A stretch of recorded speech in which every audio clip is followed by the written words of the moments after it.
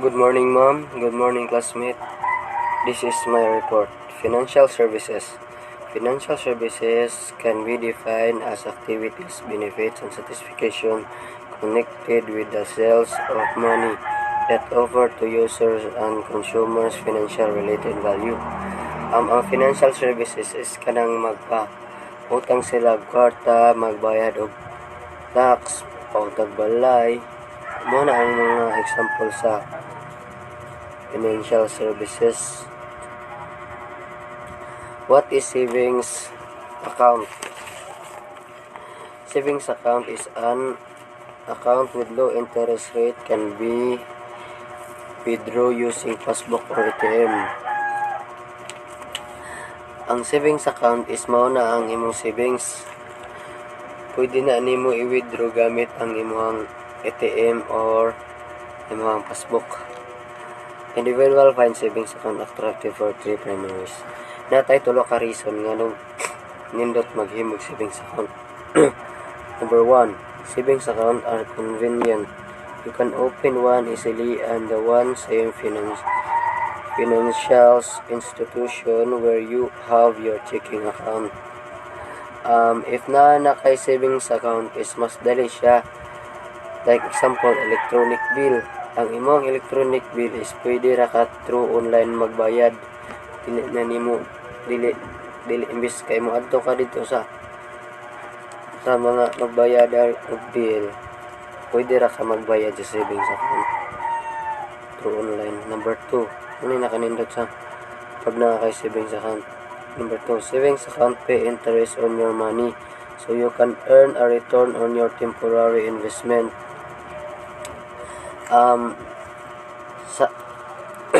So ang nakanindot sa savings account is pwede ka mag-invest sa imong kaugalingong kwarta. Like pareha nang magpahulam kag 1K. Pag-abot ana isa ka bulan, pag gyapon siya kabayad is na kay ko na 10% nga interest. So ang imong kwarta is na siya tubo 100. So ang imong kwarta is mahimo na siyang 1,100. Muna ang nakanindot sa savings account. Your savings deposit can be defined, converted to cash quickly, and those provide a ready source of funds. Ang imong savings is pwede na nimo i-convert into cash para pag na kay mga needs is makuha dayon nimo. Muna ang nakanindot sa pag na kay savings account. What is checking account? Checking account is also known as current deposit or demand deposit. Checking account is kana bitang ma-withdraw nimo anytime, like example GCash. Di ba pag anytime og dapat mag-withdraw ka, dili na kailangan notification sa bangko. Di ba ang GCash kay pag mag-withdraw ka or mag-transfer kay dili na kailangan mag-notify ang bangko. Muna ang checking account. Number 1, this account is documented by a checkbook which is 50 checks for personal checking account. Need yun nato chikon ang atong personal document kay basig na bago ba or nabay na unsa dapat atong i-confirm para kung okay ba ang atong document. Number 2, this check are used either to withdraw money from the account through encashment of the check or depositing the check to another account in order to transfer funds. Magamit sa nimo ang imong cheque pag maka-withdraw ka og kwarta. Instead na cash imong ihatag is cheque na lang. Muna ang encashment.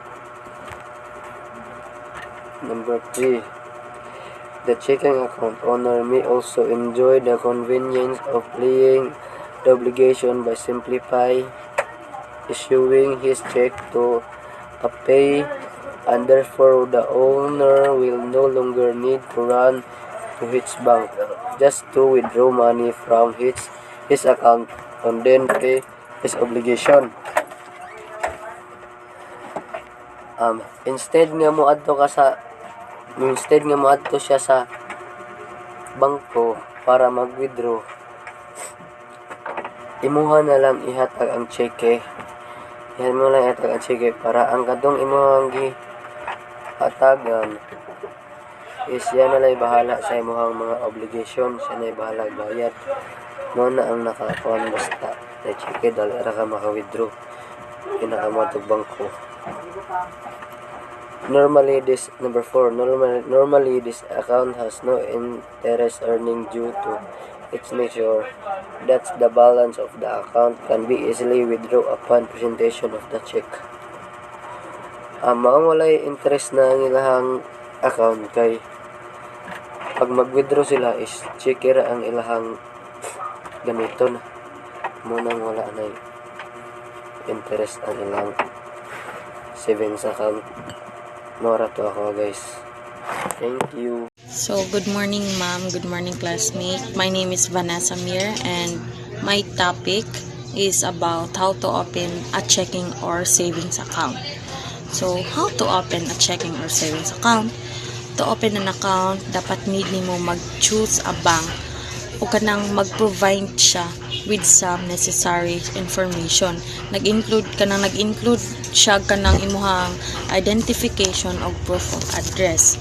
So, the following valid IDs to open an account is kanang driver's license, employment ID, BIR, or PIN card, student ID, professional regulations, commission or PRC ID, postal ID, credit card with photo, digitized SSID, digitized voters ID.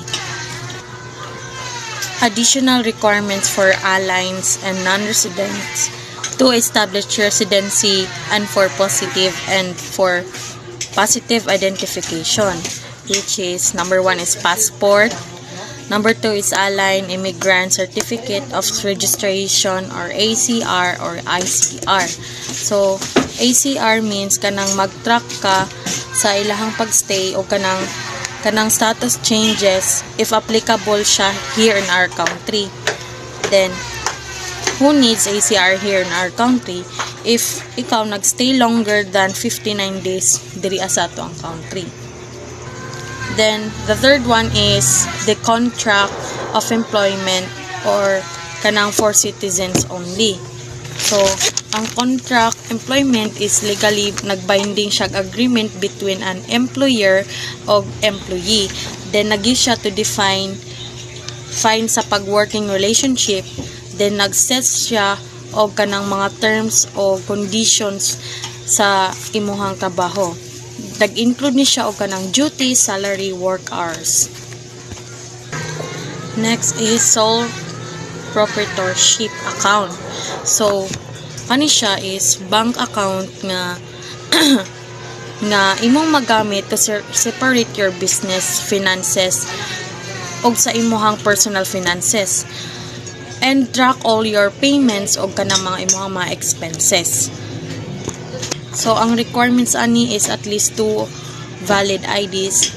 C requirements for individual account for the list of valid IDs, certificate of registration of business name with DTI, application for registration with DTI, special powers of attorney or SPA. If kani siya is signatory is other than the owner sa business, certificate of tax exemption or kanang preferential tax treatment if nag-exempt siya from withholding tax. Next is partnership account. Kani siya nga account which is nag-open siya og operated by partnership, di ba? Kabalo naman ta na unsa nang partnership, di ba? So which is kaning partnership account is ang mga requirements ani is need nimo og at least 2 valid IDs, C required for individual accounts for the list of valid IDs.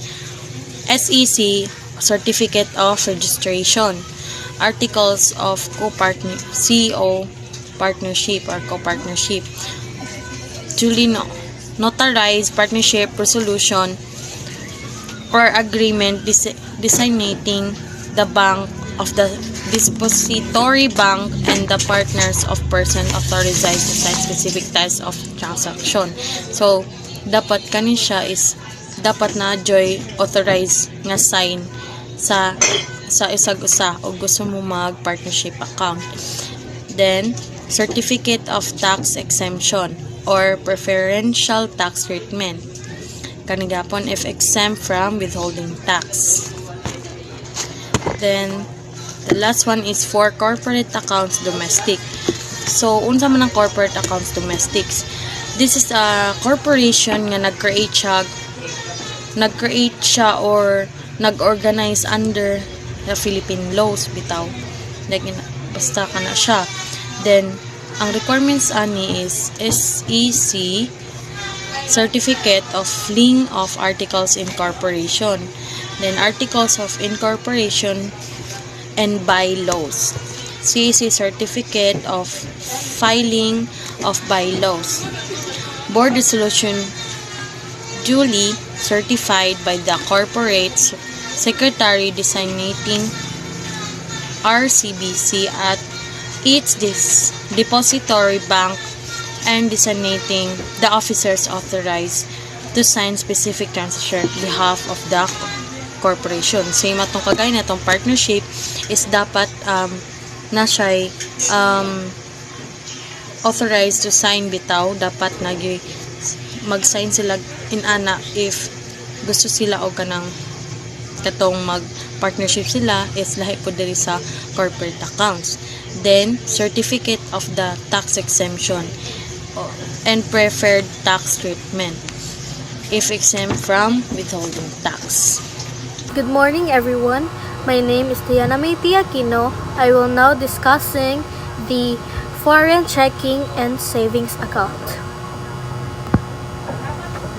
Foreign checking and savings account by law authenticated by the Philippine Consul. Second, articles of incorporation authenticated by the Philippine Consul. 3 is SEC license to do business incorporate in the Philippines. Board resolution naming the signatories and authorizing the corporation to open an account with the bank. Signed by the corporate secretary and authenticated by the Philippine Consul nearest the place where the corporation has its principal office.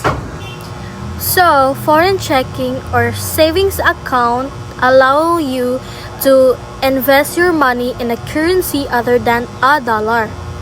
The foreign checking or savings account can be open, for example, kung naka sa ibang bansa, or by contacting an overseas bank online, o kani siya ma-open imong account sa ingon ana nga pamaagi. So there is a advantage and disadvantage of a foreign checking or savings account. So the advantage is possible higher rates. Second is easier access to fund for expiraties.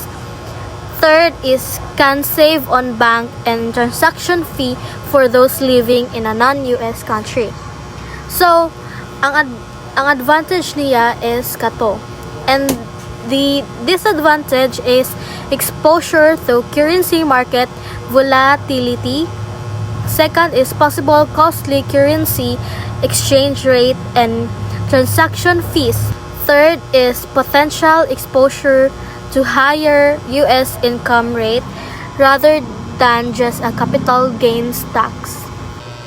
So next is the time deposit. Time deposit is documented by a certificate of time deposit indicating the name of the investor, the amount invested, date of the investment, and the maturity date. The maturity date is the time when the invested money will mature on the time when the interest earned will be added to the principal. If the money invested is a time deposit, it will be taken out prior to the maturity date. Predetermination charges will be incurred by the depositor. So, what is time deposit? A time deposit is an interest-bearing bank account that has a date of maturity such as a certificate of deposit,